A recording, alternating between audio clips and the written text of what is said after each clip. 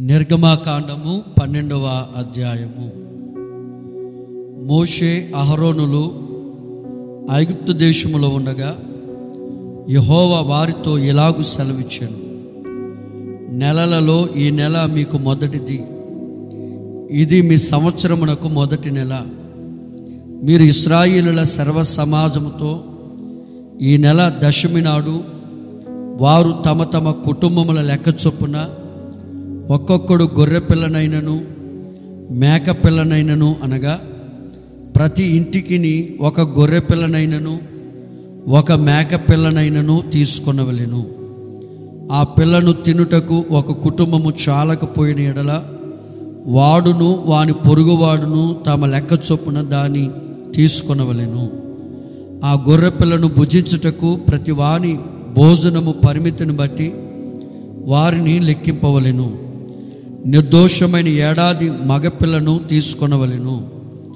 గొర్రెలలో నుండి అయినను మేకలలో నుండి అయినను దాన్ని తీసుకొనవచ్చును. ఈ నెల 14వ దినము వరకు మీరు దాన్ని ఉంచుకొనవలెను. తరువాత ఇశ్రాయేలీల సమాజపు వారందరూ తమ తమ కోటములలో సాయంకాలమందు దానిని చంపి దాని రక్తము కొంచెము తీసి తాము దాన్ని తిని ఇండ్ల ద్వార బంధపు 2 నిలువ కమ్ముల మీదను పై కమ్మి మీదను చల్లి ఆ రాత్రియే వారు అగ్ని చేత కాల్చబడిన ఆ మాంసమును పొంగని రొట్టెలను తినవలెను. చేదు కూరలతో దాన్ని తినవలెను. దాని తలను దాని కాళ్ళను దాని అంతరములను అగ్నితో కాల్చి దాన్ని తినవలెను. దానిలో ఉడికి ఉడకనిదైనను నీళ్లతో వండబడినదైనను తినకూడదు. ఉదయకాలం వరకు దానిలోని దేదియు మిగిలింపకూడదు. సాయంకాలం వరకు దానిలో మిగిలినది అగ్నితో కాల్చివేయవలెను. మీరు దానిని తినవలసిన విధమేమనగా మీ నడుము కట్టుకొని మీ చెప్పులు తొడుక్కొని మీ కర్రలు చేత పట్టుకొని త్వరపడుచు దాన్ని తినవలెను. అది యెహోవాకు పస్కా బలి. ఆ రాత్రి నేను ఐగుప్తు దేశమందు సంచరించి ఐగుప్తు దేశమందలి మనుషులలో కానీ జంతువులలో కానీ తొలి సంతతి అంతయు హతము చేసి ఐగుప్తు దేవతలందరికీ తీర్పు తీర్చెదను. నేను యెహోవాను. మీరున్న ఇండ్ల మీద ఆ రక్తము మీకు గుర్తుగా ఉండును. నేను ఆ రక్తమును చూచి మిమ్మును నశింపచేయక దాటిపోయేదను. నేను ఐగుప్తు దేశమును పాడు చేయుచుండగా మిమ్మును సంహరించుటకు తెగులు మీ మీదికి రాదు. కాబట్టి ఈ దినము మీకు జ్ఞాపకార్థమైనదగును. మీరు యెహోవాను పండుగగా దానిని ఆచరింపవలెను. తరతరములకు నిత్యమైన కట్టడగా దానిని ఆచరింపవలెను. 7 దినములు పులియని రొట్టెలను తినవలెను.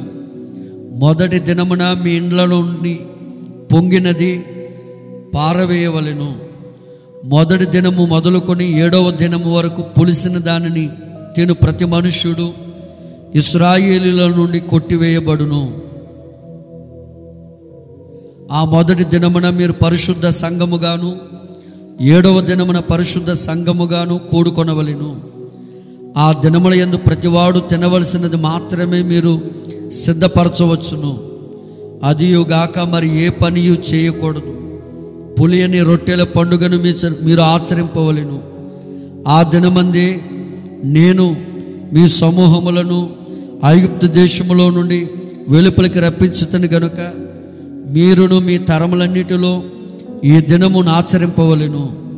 అది మీకు నిత్యమైన కట్టడగా ఉండును. మొదటి నెల 14వ దినము సాయంకాలం మొదలుకొని ఆ నెల 21వ దినము సాయంకాలం వరకు మీరు పులియని రొట్టెలను తినవలెను. 7 దినములు మీ ఇండ్లలో పొంగినదేదియు ఉండకూడదు.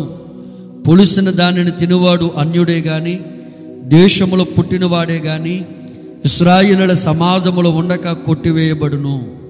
మీరు పులిసిన దేదియు తినక మీ నివాసములన్నిటిలోనూ పులియని వాటిని తినవలెనని చెప్పమనెను. కాబట్టి మోషే ఇశ్రాయేలుల పెద్దలందరినీ పిలిపించి వారితో ఇట్లనెను, మీరు మీ కుటుంబముల చొప్పున మందలో నుండి పిల్లను తీసుకుని పస్కా పశువును వధించుడి. మరియు హిస్సోపు కుంచె తీసుకుని పల్లెములో ఉన్న రక్తములో దాన్ని ముంచి ద్వార బంధపు పైకమ్మికి 2 నిలువు కమ్ములకును పల్లెములోని రక్తమును తాకింపవలెను. తరువాత మీలో ఎవరును ఉదయం వరకు తన ఇంటి ద్వారము నుండి బయలు వెళ్ళకూడదు. యెహోవా ఐగుప్తులను హతము చేయుటకు దేశ సంచారము చేయొచ్చు ద్వార బంధపు పైకమ్మి మీదను 2 నిలువ కమ్ముల మీదను ఉన్న రక్తమును చూచి యెహోవా ఆ తలుపును దాటిపోవును. మిమ్ము హతము చేయుటకు మీ ఇండ్లలోనికి సంహారకుని చొరనీయుడి. కాబట్టి మీరు నిరంతరము మీకును మీ కుమారులకును దీనిని కట్టడగా ఆచరింపవలెను. యెహోవా తాను సెలవిచ్చినట్లు మీకిచ్చుచున్న దేశమందు మీరు ప్రవేశించిన తరువాత మీరు దీనిని ఆచరింపవలెను. మరియు మీ కుమారులు మీరు ఆచరించు ఈ ఆచారం ఏమిటని మిమ్మల్ని అడుగునప్పుడు మీరు ఇది యెహోవాకు పస్కా బలి. ఆయన ఐగుప్తీయులను హతము చేయొచ్చు మన ఇండ్లను కాచినప్పుడు ఆయన ఐగుప్తులో ఉన్న ఇశ్రాయేలుల ఇండ్లను విడిచిపెట్టెను అనవలెనని చెప్పెను. అప్పుడు ప్రజలు తలలు వంచి నమస్కారము చేసిరి. అప్పుడు ఇశ్రాయేలులు వెళ్ళి అలాగు చేసిరి. యెహోవా మోషే అహరోనులకు ఆజ్ఞాపించినట్లే చేసిరి. అర్ధరాత్రి వేళ జరిగినదేమనగా సింహాసనం మీద కూర్చున్న ఫరో మొదలుకొని చెరసాలలో ఉన్న ఖైదు యొక్క తొలిపిల్ల వరకు ఐగుప్తు దేశమందలి తొలిపిల్లలనందరినీ పశువుల తొలిపిల్లలన్నిటినీ యెహోవా హతము చేసెను. ఆ రాత్రి ఫరోయు అతని సేవకులందరూ ఐగుప్తులందరూ లేచినప్పుడు శవము లేని ఇల్లు ఒకటైనను లేకపోయినందున ఐగుప్తులో మహాఘోష పుట్టెను. ఆ రాత్రి వేళ ఫరో మోషే అహరోనులను పిలిపించి వారితో, మీరును ఇశ్రాయేలులను లేచి నా ప్రజల మధ్య నుండి బయలువెళ్ళుడి.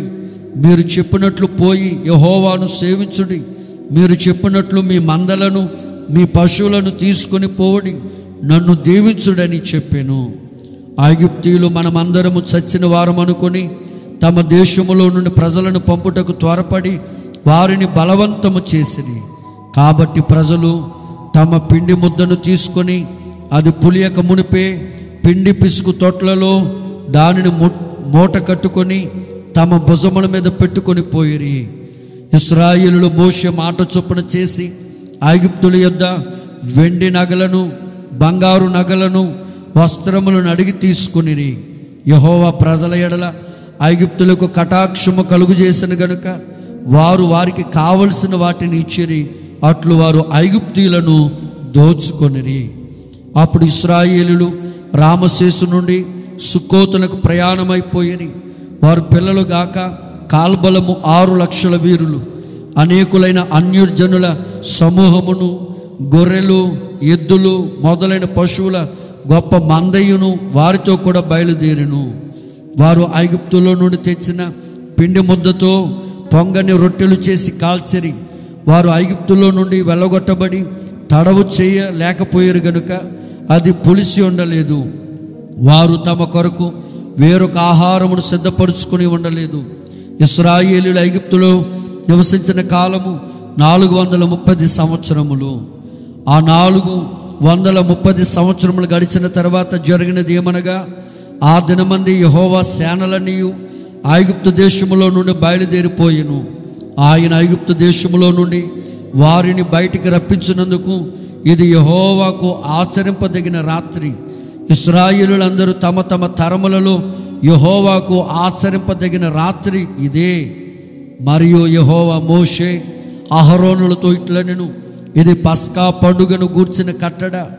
అన్యుడెవడును దానిని తినకూడదు గాని వెండితో కొనబడిన దాసుడు సున్నతి పొందినవాడైతే దానిని తినవచ్చును. పరదేశీయు కూలికి వచ్చిన దాసుడును దానిని తినకూడదు. మీరు ఒక ఇంటిలోనే దాన్ని తినవలెను. దాని మాంసములు కొంచెమైనను ఇంటిలో నుండి బయటికి తీసుకొని పోకూడదు.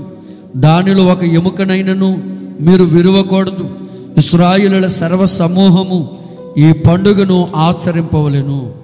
నీ యొద్ద నివసించు పరదేశి యెహోవా పస్కాను ఆచరింపగోరిన ఎడల అతనుకు కలిగిన ప్రతి మగవాడు సున్నతి పొందవలెను. తరువాత అతడు సమాజములో చేరి దానిని ఆచరింపవచ్చును. అటివాడు మీ దేశములో పుట్టిన వానితో సముడగును, సున్నతి పొందినవాడు దానిని తినకూడదు. దేశస్థునికిని మీలో నివసించు పరదేశికిని దీని గూర్చి ఒకటే విధి ఉండవలెననిను. ఇశ్రాయేలులందరూ అలాగు చేసిరి. యెహోవా మోషే అహరోనులకు ఆజ్ఞాపించినట్లు చేసిరి. యెహోవా ఇశ్రాయేలీలను వారి వారి సమూహముల చొప్పున ఆనాడే ఐగుప్తు దేశములో నుండి వెలుపలికి రప్పించెను. ఆమేన్, ఆమేన్. మోషే సుఖోపవాసములలో నుండి 12వ దినధ్యానము. ఐగుప్తులో దైవ ప్రణాళిక ఏర్పాటు. నిర్గమాకాండము 9వ అధ్యాయం 1వ వచనము నుండి 35వ వచనం వరకు. ప్రార్థన. తండ్రి, నీ పిల్లలకు నీవిచ్చిన ఆధిక్యతలు మేము గ్రహించలేము. లోకములో వారు తృణీకరించబడినప్పటికీ, తక్కువగా ఎంచబడినప్పటికీ నిన్ను బట్టి వారు అధికులే. మేమును గనులమే, నీ మహిమ సాధనములమే. అలాగూ అన్ని స్థితులలోని వారిని అందరినీ నీ సాధనములుగా వాడుకొనగలవు గనుక నీ ఉపకారాత్మను మాకు దయచేసి మాతో మాట్లాడుమని యేసు నామమున వందించుచున్నాము. ఆమేన్.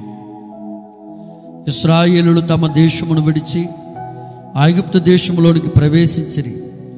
అలాగూ ప్రవేశించిన ఇశ్రాయేలీలను ఐగుప్తులైన వారు హెబ్రీయులని పిలిచేవారు. వారు ఏ మాట అన్నారో ఇప్పుడు దేవుడును ఇశ్రాయేలులైన వారిని అదే మాట అనుచున్నారు. ఐగుప్తు దేశము గొప్ప దేశం. వారు ధనవంతులు, విద్యావంతులు, నాగరికత కలిగిన వారు. అందువలన వారు తమ్మును గూర్చి హెచ్చుగా తలంచెడివారు, ఇతరులను తృణీకరించెడివారు. అలాగే ఇశ్రాయేలులను కూడా తృణీకరించిరి. కానీ ఇశ్రాయేలులు దేవుని వలన ఏర్పాటు చేయబడిన జనాంగమని వారు గ్రహించలేదు, గుర్తించలేదు. వారికి వారి దేశమును బట్టి, వారి ఆచారములను బట్టి, వారి దేవతలను బట్టి వారికి అతిశయం ఉన్నది. అందువలన హెబ్రీయుల దేవుడైన యెహోవాను కూడా విసర్జిస్తూ వచ్చిరి. ఈ కాలమందు కూడా అలాగే కనబడుచున్నది. లోకములోని వారందరూ 2 గుంపులుగా ఏర్పరచబడిరి. ఒకటి విశ్వాసుల గుంపు, రెండవది అవిశ్వాసుల గుంపు. అవిశ్వాసులైన వారికి లోకములో ఘనత, ధనము, పలుకుబడి మొదలగునవన్నీ ఉన్నవి. దేవుడు స్వయముగా హెబ్రీయుల దేవుడు ఇలాగు చెప్పుచున్నానని ఫరోతో చెప్పమని మోషేతో చెప్పాను. నా జనమును ఐగుప్తుల నుండి వేరు చేస్తానని నిర్గమ 8వ అధ్యాయములో యెహోవా దేవుడు చెప్పాను. అనగా ఇశ్రాయేలు జనాంగమును విడదీయుట. అలాగే 9వ అధ్యాయములు జనమే కాదు కానీ ఆ జనమేక పశువులను కూడా విడదీస్తానని దేవుడు చెప్పాను. అలాగే దేవుడు విశ్వాసులను అవిశ్వాసులను వేరు చేయటం మాత్రమే కాక విశ్వాసులకు కలిగిన ఆస్తిని కూడా వేరు చేయను. విశ్వాసుల యొద్ద నుండి అవిశ్వాసులకు ఏమీ చెందకుండా దేవుడు వేరు చేయను. హెబ్రీయులు నివసించు గోషేను దేశములోని జంతువులకు జబ్బులు రాలేదు, కానీ ఐగుప్తు దేశంలో నివసించు మనుషులకు వారి జంతువులకు జబ్బులు కలిగెను. హెబ్రీయులకు జబ్బులు లేకపోవుట వారి దేవుని కృప. ఐగుప్తులో నుండి పశువులకు మనుషులకు చావు వచ్చాను. దేవుడు తరుణమిచ్చాను, కానీ ఐగుప్తులు మనసు మార్చుకొనలేదు. ఇందు కూడా దేవుడి కృప మనకు కనబడుచున్నది. దేవుడు అవిశ్వాసులకు కూడా తన కృపను చూపెను. అది వరకు మంత్రజ్ఞులు మోషే చేసిన అద్భుతములలో కొన్ని చేయగలిగినారు, అన్నీ చేయలేకపోయినారు. వారు దేవుని శక్తిని చూచి భయపడినారు. అలాగే ఇప్పుడును లోకములోని అవిశ్వాసులు దైవశక్తి లేకపోయినా తమ పనులలో నెగ్గుకుంటూ వస్తూ ఉన్నారు. కానీ అవిశ్వాసులైన వారు రానయ్యున్న 7 ఏండ్ల మహాశ్రమలు తప్పించుకొనలేరు, సహించలేరు, తాళలేరు. ఐగుప్తులో జరిగినటువంటి శ్రమల కన్నా ఈ శ్రమలు అధికముగా ఉండును. మనుషులు దేవుడు పెట్టినవి 2 కలవు. 1 జ్ఞానము, 2 హృదయము. ఐగుప్తులో కలిగిన శ్రమలు వారి జ్ఞానమునకు అర్థమైనవి, కానీ మనసులో నొచ్చుకొనదగినంత కలుగలేదు. కానీ 100 ఏండ్ల శ్రమ కాలములు జరిగే మహాశ్రమలకు మనసు నొచ్చుకొనును. ఐగుప్తులో ఉన్న తెగుళ్లకు ఫరో హృదయం నొచ్చుకొనును గాని మారు మనసు పొందలేదు. అలాగే ఇప్పుడును మనము మారు మనసు పొందవలెనని దేవుడు శ్రమలను పంపిన గాని జనులు మారు మనసు పొందరు. ఫరోలో ఉన్న దుర్గుణములు: 1 దేవుని జనులను తృణీకరించుట, 2 హెబ్రీయుల దేవుని తృణీకరించుట, 3 కలిగిన శ్రమలను బట్టి మనస్సును కఠినపరుచుకొనుట. శ్రమలు వచ్చినప్పుడు దేవుడు ఎందుకు ఊరుకొనవలెనని విశ్వాసులను అవిశ్వాసులను ప్రశ్న వేయుదురు. 1 దేవుడు తన బలమును చూపించుటకును, 2 దేవుని బలము లోకములోని వారందరూ తెలుసుకున్నటకును, 3 యెహోవాయే దేవుడని తెలుసుకున్నటకును, 4వది దేవుని నామము భూలోకమంతా ప్రచురింపబడుటకు దేవుడు ఊరుకొనును. ఇప్పుడు రాకడ కాలము. ఈ రాకడ కాలమందు భూలోకమంతటా రాకడను గూర్చిన సువార్త సంపూర్ణముగా ప్రకటింపవలెను. 1000 ఏండ్ల పరిపాలన కాలములో సంపూర్ణ సువార్త అన్ని భాషలలో అన్ని ప్రాంతములలో ముందుగానే సువార్త ప్రకటింపబడవలెను. రాకడ వార్త ప్రకటించే విశ్వాసులు అన్ని భాషలలోనూ మాట్లాడుదురు. ఈ కాలమందు సంపూర్ణ రాకడ వార్త సర్వజనాంగమునకు విశ్వాసులు బోధింతురు. ఋషులైన వారు తమ తమ గుహలను విడిచిపెట్టి బయటకు వత్తురు. ఇది బైబిల్లో లేదు కానీ సంఘ చరిత్రను బట్టి మనము తెలుసుకొనగలుగుచున్నాము. 1 యూదులను ఏర్పరచుట, ప్రభు ఈ లోకములో జన్మించుట కొరకు. 2 విశ్వాసులను ఏర్పరచుట, రాకడ వార్త అంతటా ప్రకటించుటకు. 3 అబ్రహామును ఏర్పరచుట, ఆ అట్టి విశ్వాసము అందరూ కలిగి ఉండుటకు. మోషేను ఏర్పరచుట, దేవుని హృదయములోనిది బయలుపరచుటకు. 5 యెహోషువను ఏర్పరచుట, దేవుని బిడ్డలకు దేశమును స్థిరపరచుటకు. 6 పేతురును ఏర్పరచుట, యూదులను దేవుని సంఘములో చేర్చుటకు. 7 పౌలును ఏర్పరచుట, అన్యులను దేవుని సంఘములో చేర్చుటకు. 8 యోహానును ఏర్పరచుట, ప్రకటన వ్రాయుటకు. 9 ఫరోను ఏర్పరచుట, దేవుని బలమును చూపుటకును లోకమంతట దేవుని నామమును ప్రకటించుట కొరకు దేవుడు ఏర్పాటు చేసెను. దేవుడు చివరి వరకు ఊరుకొనుడు గాని కొంతకాలము మట్టుకే ఊరుకొను.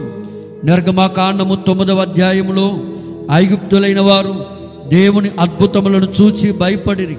అలాగే ఇప్పుడును అన్యులు దేవునికి భయపడుచున్నారు.